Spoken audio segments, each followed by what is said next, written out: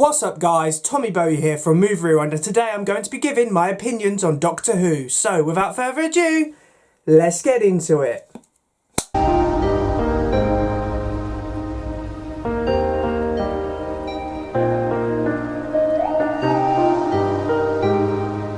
Recently this channel hit a very big milestone. We crossed the 500 subscriber mark, and that is a number I never thought we would get on this channel. So I'd just like to say thank you to every single person who has subscribed in recent weeks. You guys are amazing. But I wanted to do something special to kind of mark this milestone. So I put out a poll recently and I said, would people like to hear my opinions on Doctor Who? Because I know a lot of people who've subscribed recently are Doctor Who fans, and I'm a massive Doctor Who fan. I have been since I was 4 years old, so I've followed Doctor Who my entire life. And I just thought, I've never really done a video before where I've sat down and kind of given my opinions on Doctor Who, such as my favourite Doctor, my favourite companion, my favourite series. So I thought, why not, to celebrate 500 subscribers, I do a little video where I give my opinions on Doctor Who. So here is the video, I hope you enjoy it. I thought we'd start off with a basic one. Who is my favourite Doctor? Well, no contest, it's the 12th Doctor.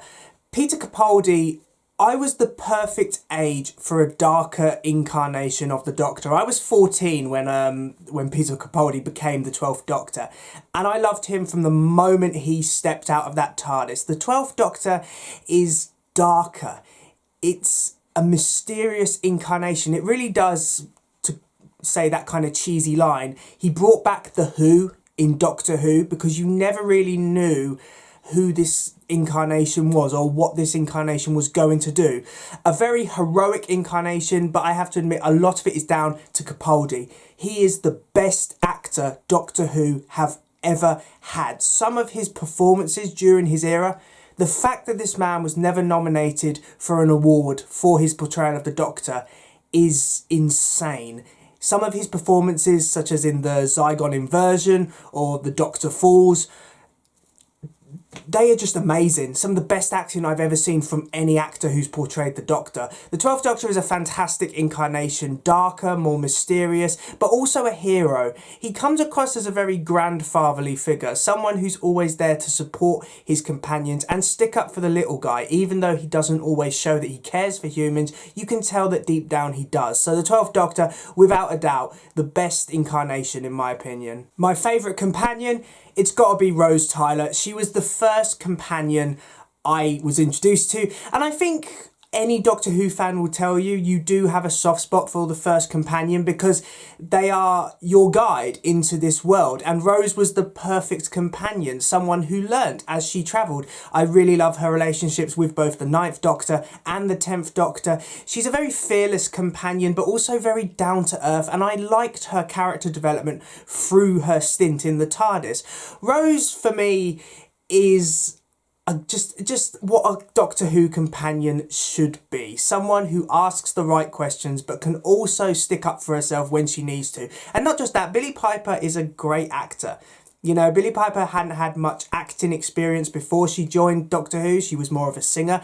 But some of her performances, they are amazing. You know, especially her final performances in Army of Ghosts and Doomsday. You know, I still cry over those episodes, and a lot of that is because of how good Piper's acting is in the role of Rose. So I don't think any companion introduced after her was going to compete. She was my first companion, and in my opinion, the best one. When I say the best series of Doctor Who, I mean the one which I think is almost flawless in terms of writing, acting, directing, the series arc. So this is a series which I think, if you want to get introduced to Doctor Who, this is the best one you should watch. And for me, it has to be Series 4, released in 2008, starring David Tennant as the 10th Doctor and Catherine Tate as his companion Donna Noble. Series 4 is a series that arguably has not one single bad episode in it. Every episode in this series I really enjoy for different reasons. You know, some of them are more light-hearted, some of them are really scary, and some of them are action-packed. I would say that Series 4, especially the finale, is kind of like the massive conclusion of Russell T Davies's original era, in the sense that it feels like Infinity War. You have all of the characters from his era, from Torchwood to the Sarah Jane Adventures, and of course Doctor Who primarily, all teaming up to take on Davros and the Daleks. Series 4 is a series which I have very fond memories of. I was 8 years old when Series 4 was released, so I was the perfect age for Doctor Who at that point. But it is a series that if someone has not seen Doctor Who, I would recommend it, because I cannot think of a single person who has a negative view on Series 4. I think it is widely loved in the Doctor Who community, and you can see why. It's got great episodes. There isn't a single filler episode in this series. It's got one of the best Doctors in the 10th Doctor, and one of the best Doctor companions. You know, the Doctor and Donna are an iconic duo. They have great chemistry on screen, and I like that it's not a romantic relationship as well. That's one of my issues with the 10th Doctor's era, the fact that he had quite romantic relationships with his companions. With Donna, that isn't that. They're best mates, and I just think it works for Series 4. So Series 4, yeah, it's the best series of Doctor Who by a mile, in my opinion. From the best, we go to the worst, and for me, it's got to be Series 11. Series 11 is a series which has only one decent episode in it, and that is The Woman Who Fell to Earth. Every other episode in Series 11 is average to borderline horrendous. I can't stand it. A lot of that is due to Chris Chibnall as showrunner. I have never been a fan of Chris Chibnall's style of writing. He relies too much on exposition. There's always way too many side characters, and he loves countdowns. So I'm not a massive fan of Chibnall scripts, and there's a lot of them in Series 11. I just think in terms of the tone of Series 11, they can't really figure out what they're trying to do with it. I think they're going for a more grounded and darker tone, but with some of the stories you're getting, it just doesn't feel like that. Series 11 is also hurt by the fact that it doesn't have a series arc.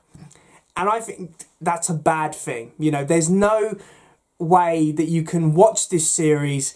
You don't have to watch every episode to understand the finale. With some series, they might not be the best, but you feel like you have to watch every episode because, oh, it looks like something is developing. This will pay off in the finale. With Series 11, that doesn't happen at all. There's no returning villains, and the new villains we get are horrible. I can't think of a single one which is particularly memorable. All of the companions I'm not a fan of. They are underdeveloped, and in terms of Jodie Whittaker's portrayal of the 13th Doctor, incredibly disappointing. Now, I don't blame a lot of that on her. You know, at the end of the day, she is an actor. She's reading a script. She is trying her best. But the 13th Doctor is one of the least characterised versions of the character. So for me, Series 11, it was just a lot of missed opportunities. This was supposed to be a bold new era for the show, and in my personal opinion, it just fell flat. My favourite series of Doctor Who. Now, this is different to the best series, because a favourite series of mine is one which I could say has its flaws. You know, there's stuff wrong with it, but at the end of the day, it's a comfort series. And for me, it's Series 2. 2006, David Tennant as the 10th Doctor, Billie Piper as Rose Tyler. And for me, this is a series which, if I'm feeling low, if I'm feeling a bit down, I'll put this one on and I'll have an absolute blast. I love the 10th Doctor and Rose Tyler, for one. I am not a massive fan of love stories in the TARDIS. But for me, the Doctor and Rose, it just works. I think that's because Tennant and Piper have great chemistry together, and plus they kind of show this love blossom between them as the series goes on, so I don't have a problem with it. I actually think it's one of the few TARDIS love stories which works. A lot of the episodes in this I thoroughly enjoy, whether it's Tooth and Claw, School Reunion, the Satan Pit, and obviously the finale, which is one of the best finales Doctor Who has ever done. It's devastating. I still tear up watching Doomsday. It's one of those episodes where every time I watch it, for some reason I feel like it's going to end differently. I still think that, you know, they're not going to get separated in different dimensions. It's going to be fine. But it's still a very devastating finale. I remember watching it at the time and I still cry over it to this very day. Series 2 is the definition of a comfort series. You know, it's one of those series which is just enjoyable to watch, and sometimes with a series of Doctor Who, as long as it's fun, That's the main thing. It doesn't have to be the best written series in the world. As long as it's fun, as long as it's something which provides you with some form of escapism, I think that's the most important thing. And Series 2 is definitely one of those series which does that for me. My favourite episode, it's from Series 4, it's Midnight. Midnight shows to me that Doctor Who, it doesn't always have to have massive spectacles, you know, it doesn't always have to have these massive, you know, triumphant storylines. Sometimes all you need is a good cast, a really good script, and you have an iconic Doctor Who story. For me, Midnight is Russell T Davies' best script. I love how the tension and paranoia builds throughout this episode. I think it's great that the Doctor doesn't have a companion really in this episode, because it just shows when the Doctor is on his own with people who he barely knows, he's not always trusted. And in this episode, we see everyone gang up on the Doctor, and you find yourself sitting there literally shouting at the screen, thinking, why the hell are these people not listening to what the Doctor says? The way this episode builds tension is great. I love that it's in a confined space. It adds a lot of creepiness to the atmosphere. And I also think the fact that we never actually truly know what this creature is. They never get to the bottom of it. And I love Doctor Who stories like that, because it proves that the Doctor, he doesn't know everything. That's why he keeps travelling in time and space, because he hasn't got the answers for everything. And you can tell that this whole experience in Midnight has shaken him to the core. He just doesn't want to talk about it anymore. Midnight is one of the best Doctor Who episodes I have ever seen. It's one of the scariest I've ever seen, and it really does show what Russell T Davies can do when he's trying his hardest as a writer. Worst episode of Doctor Who, Arachnids in the UK from Series 11. Now this episode frustrates the hell out of me because I was actually looking forward to it. Now if you don't know, I'm petrified of spiders. I suffer from arachnophobia. So when I found out that one of the episodes in Series 11 was going to feature giant spiders, I thought, you know what, this could be a really scary episode if they just do it right. But to say it's boring is an understatement. I mean, I know everyone mentions the Trump archetype in this story, and yes, that is an issue, not so much for the political reasons, but more because, you know, this was released in 2018, Trump satire was, you know, it was old by this point, and they don't really do anything clever with it. They just kind of even say, oh yeah, he's like Donald Trump. It's like, thanks for that, Chibnall. I'm sure we could have figured that out ourselves. But for me, this episode, there's two ways they could have done an episode about man-eating spiders. You could have gone the arachnophobia route, where you have quite a scary and creepy atmosphere, or you could have gone the more eight-legged freaks route, where the spiders are actually quite comical. It's a more laid-back story, but it's fun. But they don't do either of those things. If anything, it's just boring. Nothing in this story happens. And how the spiders are defeated, you know, the idea that Ryan Sinclair can use his beatboxing to attract the spiders, that's just stupid. Plus, obviously, the end of this episode, the Doctor does one of the most un-Doctor things we've ever seen. When she has an issue with the giant spider being shot, she'd rather it suffocate to death, which is actually probably a more painful way for the spider to go. I understand that Chibnall thought the Doctor is against guns, but I think that he doesn't understand context. The Doctor, in that situation, any incarnation of the Doctor, including the 13th Doctor I might had, would have allowed that spider to be shot, so at least it died quick and painlessly. So I don't really know what Chibnall was thinking with that. I get it was an anti-gun message, but I just don't think it fitted that context. So for me, Arachnids in the UK, it could have been fun. You know, it could have been a fun, creepy spider story. But in the end, it just became a very boring one. My favourite showrunner, it's Steven Moffat. Now, it used to be Russell T Davies, but I've got a renewed appreciation for Moffat as a head writer. I always thought that Moffat was a great writer for Doctor Who. You know, he was the best writer of the Russell T Davies era. But as showrunner, I thought, oh, you know what, he's all right, but he's not as good as Russell T Davies. But then the Chris Chibnall era came along, And I have a renewed appreciation for Moffat, and I think a lot of people do. I remember during the end of Moffat's era as showrunner, everyone seemed to be hating anything Moffat did. You know, he couldn't do anything right. Everyone was just saying, he's been there too long, he needs to go, we need a fresh start. Now that I think people are looking back and realising how great he was as a showrunner, I think the reason I like him so much is every series of his is unique. You know, Series 5, it's the fairy tale. Series 6 is very story arc heavy. Series 7 is all the epics. Series 8 is darker. Series 9, the two-parters. Series 10, the reboot. Every series of Moffat feels unique in its own way. I really enjoy the Matt Smith era. I think it's very good. For me, the Capaldi era is the most underrated era in the show's history. Not only have you got my favourite Doctor in there, but I think Moffat works well when he has to write darker. And with the Capaldi era, it does go quite darker. It's quite mature. So I think Moffat really shines during the Capaldi era, especially Series 10. Series 10 for me was Moffat's love letter to Doctor Who. It was the perfect series to end on. And Moffat originally, you know, he didn't want to do Series 10. You know, there was loads of rumours that it was going to be Toby Whitehouse who was actually going to be acting showrunner until Chibnall took over. But Moffat decided that he had enough creativity in him to do one more series, and I'm glad he did, because Series 10 was the perfect way for him to leave the show at that time. I'm glad he's back as a writer in the new era now. He's probably one of my favourite writers for Doctor Who. But for me, as a showrunner, Moffat is someone who you can tell has so much love for the show, and he always tries to do something different. Now, I thought I'd do quite a fun few questions to end this on, and that is, who is my favourite Doctor Who YouTuber? Now, I had a lot of people asking me this because I released a video, you know, called The Worst Doctor Who YouTubers, and to say it was controversial is probably an understatement, but some people were asking who I consider my favourite Doctor Who YouTuber. There was a few, I suppose, that could fit into that category. I used to really enjoy the Who Addicts. You know, they were YouTubers who I didn't always agree with them, but I always appreciated hearing their opinions. But for me, it has to be a YouTuber called Harbo Holmes. Now, he is one I really enjoy because I don't always agree with him.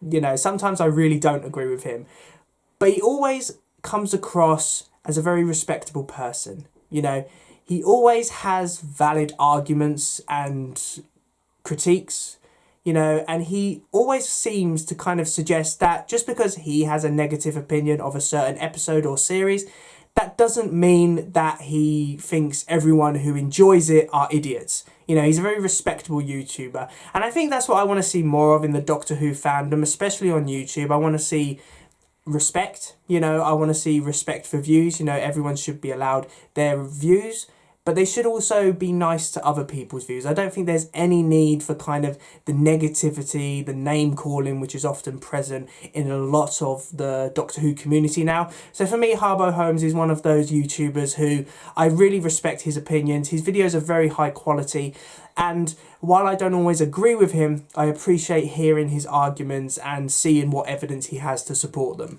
And a final question is my thoughts on Series 14, the first series to star Ncuti Gatwa as the 15th Doctor, Millie Gibson as Ruby Sunday. Now, this is not the best series of Doctor Who I have ever seen. There are weak episodes in this series, and the finale was very disappointing. It did leave a lot to be desired. Having said that, I did have a lot of fun with this series. I feel like it could become, in years to come, a comfort series for me. It does have some good episodes in here. I really like Gatwa's portrayal of the 15th Doctor. I think Gibson was great as Ruby Sunday, and I loved their chemistry together on screen. And there are some just fun and exciting stories in this series which are very different. You can tell that they're taking risks, they're trying different things. So for me, Series 14, it weren't the best I've ever seen, but for me personally, it was certainly the best series since Series 10.